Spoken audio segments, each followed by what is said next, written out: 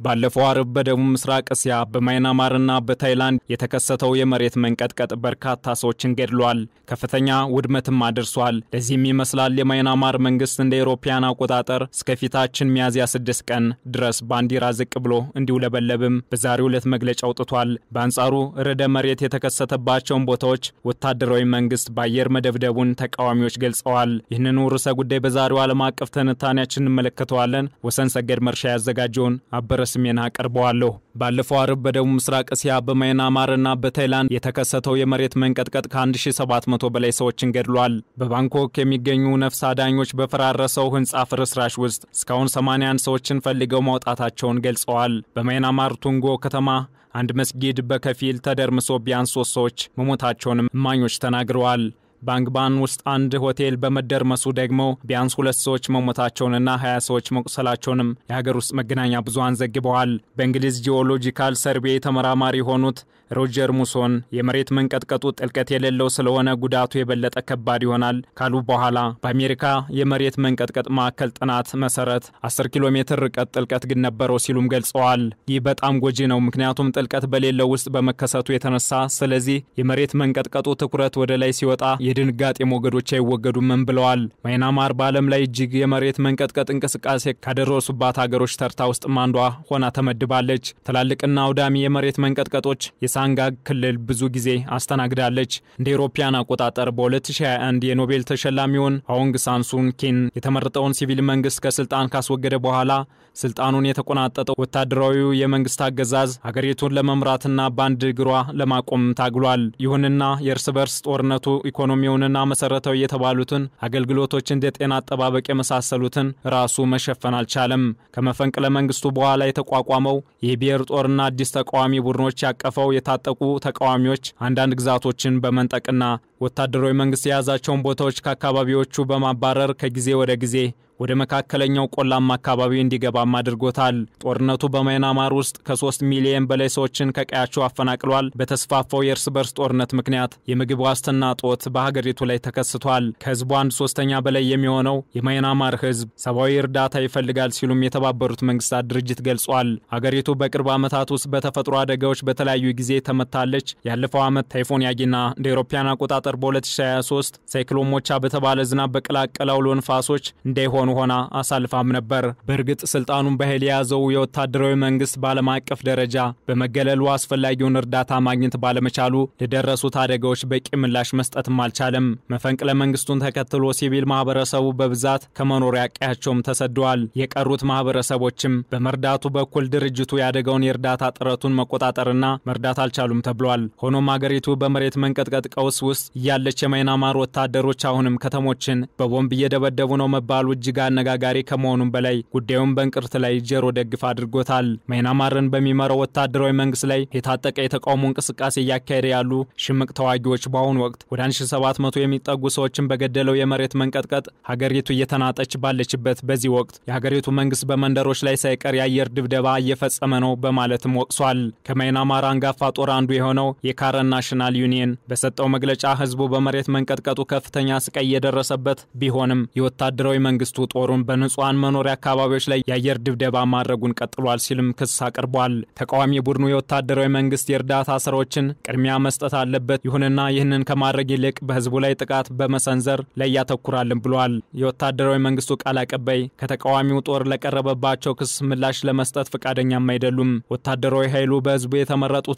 የኖቤል የሰላም ተሸላሚውን አውንግ ሳን ሱኪ ስልጣኑን እንደ አውሮፓውያን አቆጣጠር በ2021 በመፈንቅለ መንግስት ከተቆጣጠረ በኋላ ከብዙ የታጠቁ ተቃዋሚዎች ጋር በርስ በርስ ጦርነት ውስጥ ይገኛል። አርብ ከደረሰው አስከፊ የመሬት መንቀጥቀጥ አደጋ በኋላ ብዙም ሳይቆይ ወታደራዊ ጄቶች በኬኤንዩ ዋና መስሪያ ቤት አቅራቢያ በሚገኘው በካረን ግዛት የአየር ድብደባና የድሮን ጥቃቶች እንደከፈቱ የአፍሪ በርማ ሬንጀርስ የእርዳታ ድርጅት አስታውቋል።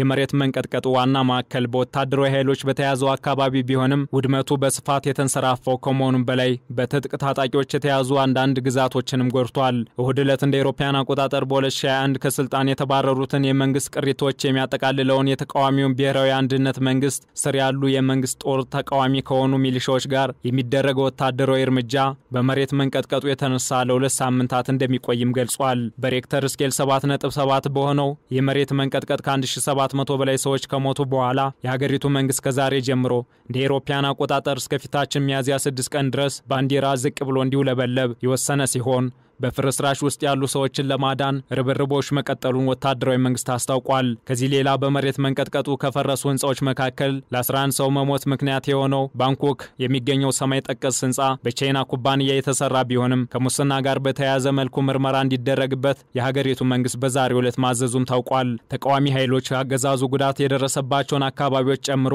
የአየር ድብደባ ማድረጉን ቀጥሏል። ይህም መቆም አለበትም ብለዋል። የመሬት መንቀጥቀጡ በተከሰተባቸው አካባቢዎች አገዛዙ ብዙ የሚታይ ድጋፍ እያደረገ አይደለም ሲሉም ኮንነዋል። 55 ሚሊዮን በሚኖርባት ማይናማር የሚካሄደው የሰብአዊ እርዳታ በተበላሹ መንገዶችና መሰረተ ልማቶች ለእርዳታ ፈላጊዎች እየደረሱ አይደለም ሲሉም የተባበሩት መንግስታት ድርጅት የሰብአዊ ጉዳዮች ማስተባበሪያ ጽህፈት ቤት አስታውቋል።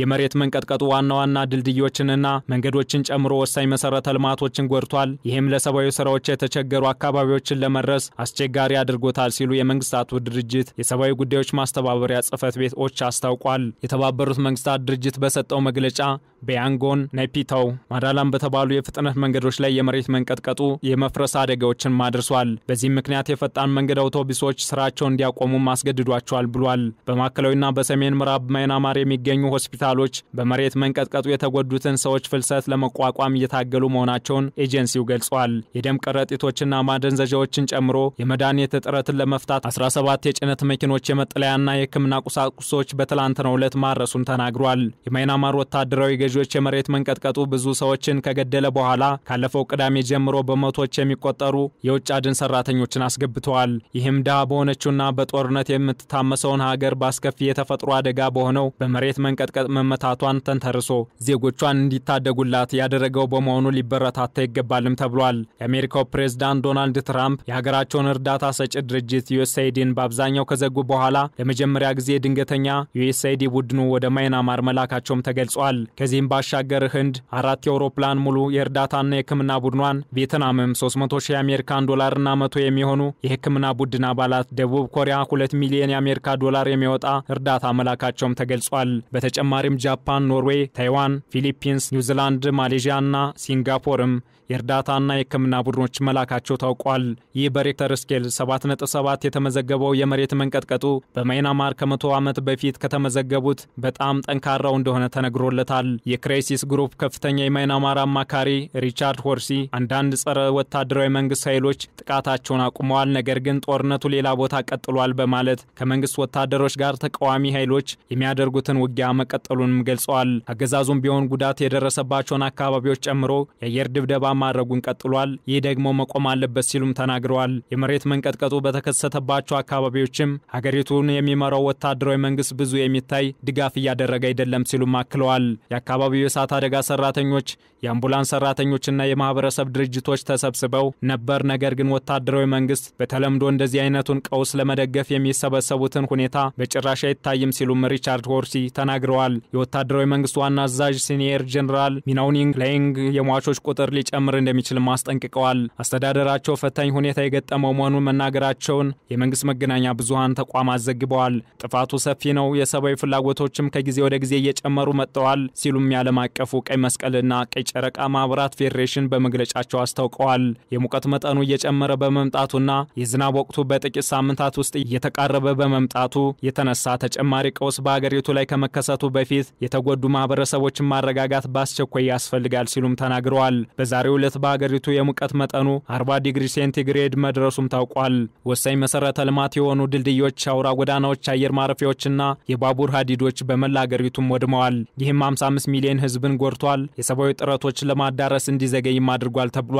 በማዕከላዊ አቅራቢያ ባሉ አንዳንድ አካባቢዎች የመንግስት እርዳታ አነስተኛ በመሆኑ ሰዎች ራሳቸውን እንዲችሉ መንግስት እንደነገራቸው ነዋሪዎቹ ተናግረዋል። በማንዳሌን በርካታ ሰዎች በፈራረሱ ህንጻዎች ውስጥ ተይዘው እንደሚገኙና አብዛኞቹ ሰዎች ያለ ከባድ ማሽነሪ ከፍርስራሹ ሊወጡ እንደማይችሉ የሰብአዊ እርዳታ ሰራተኞችና ነዋሪዎች መናገራቸውም ታውቋል። በማንዳ ላይ ያሉ የሰብአዊ መብት ቡድኖች ሰዎችን ቆፍሮ ለማውጣት የሥራ ጓንት፣ ገመድና መሰረታዊ የሆኑ ቀላል ነገሮችን እየተጠቀሙ ነው ሲሉም ከሰብአዊ ሰራተኞች አንዱ ተናግረዋል። ቁጥራቸው የማይታወቅ የጉዳቱ ሰለባዎች በፍርስራሹ ተዳፍነው ቀርተዋል፣ የጠፉም አሉ። የሟቾች ቁጥርም በአሁኑ ጊዜ በትክክል መናገር አይቻልም ብለዋል። በባንኮክ የፈራረሱ ባለ 33 ፎቅ ህንጻዎች ውስጥ ያሉ በተሰባበረ የኮንክሪት ክምርና በተጣመመ ብረት የተከበቡ ሰዎችን በፍርስራሹ ስር የሚገኙ ሲሆን እነዚህን የማይናማር ነዋሪዎች ለማዳን የነፍስ አድን ሰራተኞች ጥረታቸውን ቀጥለዋልም ተብሏል። የታራሳካ ቶንግሞ የታይላንድ ፖሊስ አዛዥ እንደሚሉት የፖሊስ አባላትና አዳኝ ውሾች የቀሩትን ለማግኘት ከጊዜ እየተሽቀዳደሙ እንደሆነና በብረት ፍርስራሾችና ሹል ብረቶች ላይ እየታገሉ መሆናቸውን ተናግረዋል። አሁን ቡድኖች በህይወት ሊኖሩ የሚችሉትን ሰዎች ለማግኘት እየሞከሩ ነው። በመጀመሪያዎቹ 72 ሰዓታት ውስጥ በህይወት ያሉትን ለማዳን መሞከር አለብንም ብለዋል። ይህንኑ ትንታኔ ስናዘጋጅ ሮይተርስ፣ CNN፣ ዘ ኢኮኖሚስት ታይምስ፣ ፍራንስ 24 እና አልጀዚራን በዋቢነት ተጠቅመናል።